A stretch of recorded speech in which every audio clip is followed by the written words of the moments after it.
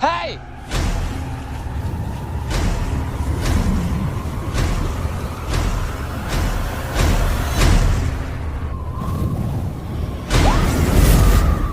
दोस्तों, भारत की पारंपरिक जमीन में कई ऐसे राज दफन है जो कई वर्षों या कई सदियों के बाद भी आज भी उसी तरह ताजा और अनसुलझे हैं जितने पहले कभी हुआ करते थे। ये रहस्य कुछ ऐसे रहस्य हैं जिन्हें जितना सुलझाने की कोशिश करते हैं ये उतने ही उलझते जाते हैं। ऐसा ही एक राज राजस्थान के जैसलमेर जिले के कुलधरा गाँव में भी दफन है। ये गाँव पिछले 170 सालों से वीरान पड़ा है। एक ऐसा गाँव जो रात ही रात में वीरान हो गया और सदियों से लोग आज तक नहीं समझ पाए कि आखिर इस गाँव के वीरान होने का क्या राज था। कुलधरा गाँव के वीरान होने को लेकर एक अजीबोगरीब रहस्य है। दरअसल कुलधरा की कहानी शुरू हुई थी आज से करीब 200 साल पहले, जब कुलधरा खंडर नहीं था बल्कि आसपास की 84 गांव पालीवाल ब्राह्मणों से आबाद हुआ करते थे।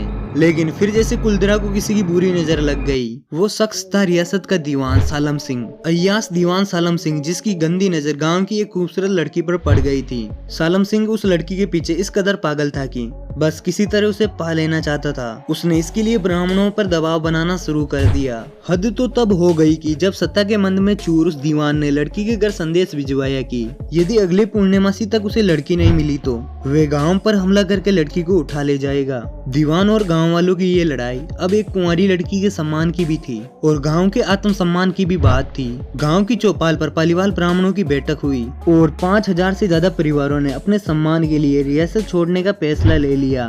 कहा जाता है कि निर्णय लेने के लिए सभी 84 गांव वाले एक मिंदर पर इकट्ठा हो गए और पंचायतों ने फैसला किया कि कुछ भी हो जाए अपनी लड़की उस दीवान को नहीं देंगे। अगली शाम कुलधरा कुछ यूं वीरान हुआ कि आज परिंदे भी उस गांव की सरहदों में दाखिल नहीं होते। कहते हैं गांव छोड़ते वक्त उन ब्राह्मणों ने इस जगह को श्राप दे दिया था। आपको बता दे कि बदलते वक्त के साथ 82 गांव तो दोबारा बन गए, लेकिन 2 गांव कुलधरा और खांबा तमाम कोशिशों के बाद आज भी आबाद नहीं हुए हैं। ये गांव अब भारतीय पुरातत्व विभाग के संरक्षण में है, जिसे दिन की रोशनी में रोज सैलानियों के लिए खोल दिया जाता है। कहा जाता है कि अब ये गांव भूत प्रेतों के कब्जे में है। टूरिस्ट पैलेस में बदल चुके कुलधरा गांव में घूमने आने वालों के मुताबिक यहाँ रहने वाले पालीवाल ब्राह्मणों की आर्ट आज भी सुनाई देती है। उन्हें वहाँ हर पल ऐसा अनुभव होता है कि कोई आसपास चल रहा है। बाजार के चहल पहल की आवाजें आती हैं, महिलाओं के बात करने और उनकी चूड़ियों और पायलों की आवाज हमेशा सुनाई देती है। प्रशासन ने इस गांव की सरहद पर एक गेट बनवा दिया है, जिसके पार दिन में तो सैलानी घूमने आते रहते हैं, लेकिन रात में इस फाटक को पार करने की किसी की हिम्मत नहीं होती है। कुलधरा गांव में एक मंदिर है जो आज भी श्राप से मुक्त है। एक बावड़ी भी है जो उस दौर में पानी पीने का जरिया था। एक खामोश गलियारे में उतरती कुछ सीढ़ियां भी हैं। कहते हैं शाम ढलने के बाद अक्सर यहाँ कुछ आवाजें सुनाई देती हैं। लोग मानते कि वो आवाज 18वीं सदी का वो दर्द है जिनसे पालीवाल ब्राह्मण गुजरे थे।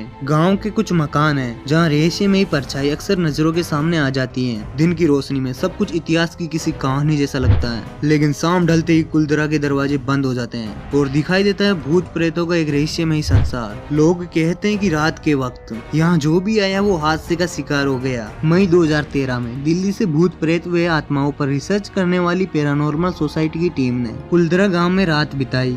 टीम ने माना कि यहाँ कुछ ना कुछ असामान्य जरूर है। शाम के वक्त उनका ड्रोन कैमरा आसमान से गांव की तस्वीरें ले रहा था, लेकिन उस बावड़ी के ऊपर आते ही वो कैमरा हवा में गोते लगाता हुआ जमीन पर आ गिरा, जैसे कोई था जिसे वो कैमरा मंजूर ना हो। ये सच है कि कुलधरा से हजारों परिवारों का पालन होता था। ये भी सच है कि कुलधरा में आज भी राजस्थानी संस्कृति की झलक मिलती है। पैरानॉर्मल सोसाइटी के उपाध्यक्ष अंशुल शर्मा ने बताया कि हमारे पास एक ऐसा डिवाइस है जिसका नाम गोस्ट बॉक्स है। इसके माध्यम से हम ऐसी जगह पर रहने वाली आत्माओं से सवाल पूछते हैं। कुलधरा में भी ऐसा ही किया। जहाँ कुछ आवाजें आई तो कई असामान्य रूप से आत्माओं ने अपने नाम भी बताए। 4 मई 2013 शनिवार की रात्रि में जो टीम कुलधरा गई थी उनकी गाड़ियों पर बच्चों के हाथ के निशान मिले। टीम के सदस्य जब कुलधरा गांव से घूमकर वापस लौटे तो उनकी गाड़ियों के कांच पर बच्चों के पंजे के निशान भी दिखाई दिए। इतिहासकारों के मुताबिक पालीवाल ब्राह्मणों ने अपनी संपत्ति, जिसमें भारी मात्रा में सोना चांदी और हीरे जवाहरात थे, उसे जमीन के अंदर दबा रखा था। यही वजह है कि जो कोई भी आता है जगह जगह खुदाई करने लग जाता है, इस उम्मीद से कि शायद वहाँ सोना हाथ लग जाए। ये गांव आज भी जगह जगह से खुदा हुआ मिलता है। तो दोस्तों, इस वीडियो के लिए एक लाइक तो बनता है और चैनल पर नहीं है तो चैनल को सब्सक्राइब कर लें ताकि आपको ऐसी और वीडियो देखने को मिलती रहे। तो मिलते हैं किसी नेक्स्ट वीडियो में, तब तक के लिए बाय बाय। जय हिंद, जय भारत।